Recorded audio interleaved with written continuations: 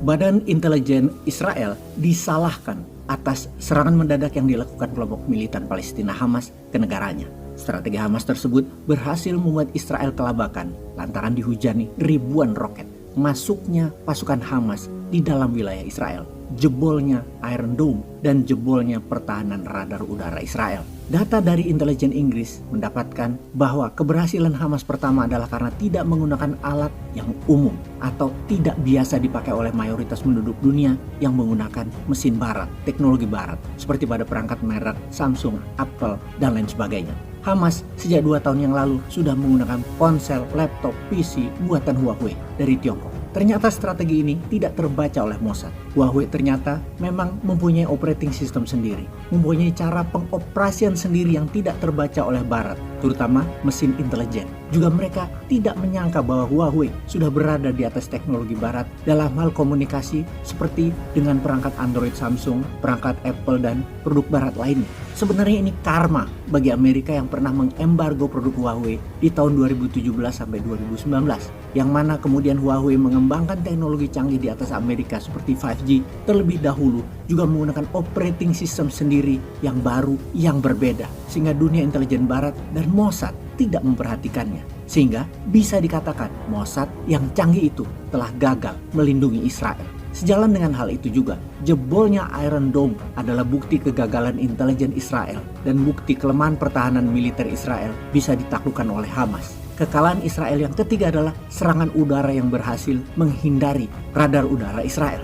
Hamas menggunakan motorized paraglider atau paraglider bermotor yang bisa mencapai kecepatan 50 km per jam dan bisa menjangkau sampai 100 km dan bisa take off, juga mendarat di medan yang bergelombang, juga landasan pendek sekalipun. Hamas pada serangan di hari Sabat 7 Oktober menggunakan paraglider bermesin ini. Salah satunya adalah untuk menghindari radar udara Israel yang tidak menjangkau penerbangan rendah dan tidak membaca flying object yang kecil. Serangan Hamas menggunakan paraglider berisi pilot dan penyerang berdua. Bolak-balik dalam 24 jam lebih dari 200 pendaratan bisa dilakukan. Dan ini baru pertama kali di dunia menggunakan paraglider sebagai instrument of war atau peralatan perang. Kita semua tahu, belajar menggunakan paraglider bermesin memerlukan waktu tidak lebih 1 minggu dengan 2 jam sehari latihan. Setelah itu, seperti naik sepeda, semudah itu penggunaannya. Jadi, Hamas telah menjadi milisi dan gerakan anti-Israel yang sangat jenius.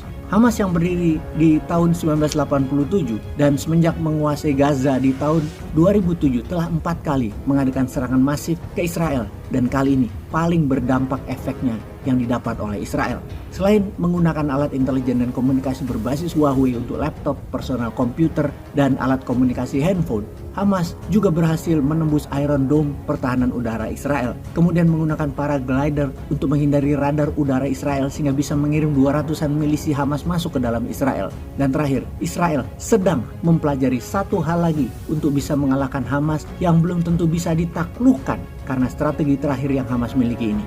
Apakah rahasia kekuatan Hamas yang lain? Salah satunya adalah homemade roket granat RPG ranjau. Ini sangat mengejutkan dunia. Namun ada yang lebih powerful lagi. Apa yang lebih canggih dari strategi Hamas itu?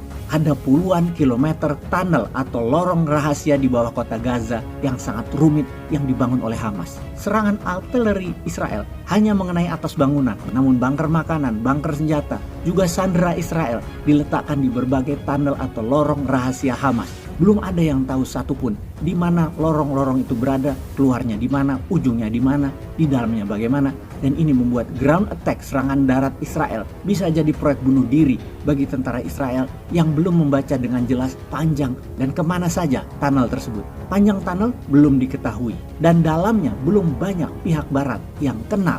Baru satu saja sudah mengejutkan Israel karena ada yang sampai kedalaman 40 meter dari permukaan tanah. Israel tahu sejak dulu memang ada tunnel di bawah Gaza sejak tahun 80-an 90-an. Namun 3 tahun terakhir Israel tidak mendapatkan data baru karena demikian rumitnya pembangunan tersebut dan Israel belum bisa mengantisipasinya. Pastinya tidak bisa dibaca radar heat seeking atau pencari panas atau pakai Google malam untuk mencari panas tubuh manusia atau makhluk hidup. Tunnel ini tidak tembus radar di atas atau satelit. dapat dipastikan sejauh ini adalah adanya tunnel sampai ke semenanjung Sinai, Mesir, dan dari situlah senjata-senjata Hamas masuk selama ini. Hamas belajar dari perang terdahulu di mana Amerika kalah dari Vietnam adalah dengan menggunakan gorong-gorong bawah tanah dan serangan mendadak. Ambush dilakukan sangat efektif untuk memukul musuh. Kali ini Israel dan Amerika sekali lagi berhadapan dengan tunnel. Kali ini tunnelnya Hamas. Baiklah, dari cerita Huawei, tunnel, dan lain sebagainya, dalam informasi ini semua, Indonesia belajar apa? Masa bisa nyebeli pesawat bekas sih? Peace.